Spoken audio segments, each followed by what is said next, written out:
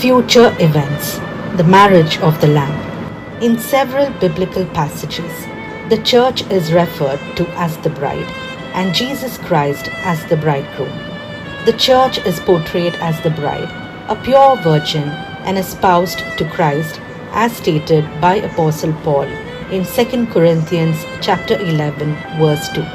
For I have betrothed you to one husband, that I may present you as a chaste virgin to Christ.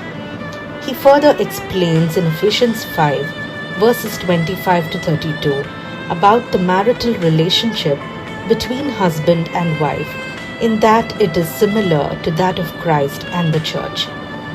The marriage of the church with Christ is declared in heaven, as we read in Revelation 19 verse 7.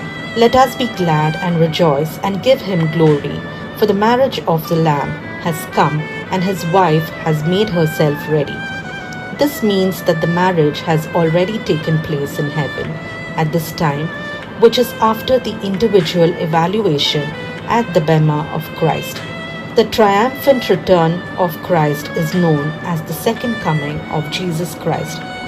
Although it does not mention it specifically, one can reasonably assume that it will be an event exclusively between the church and Jesus Christ.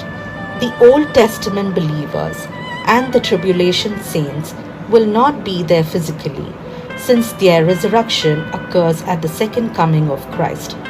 Daniel 12 verses 1 to 3, Revelation 20 verses 4 to 6. There is a question about the marriage supper and its participants.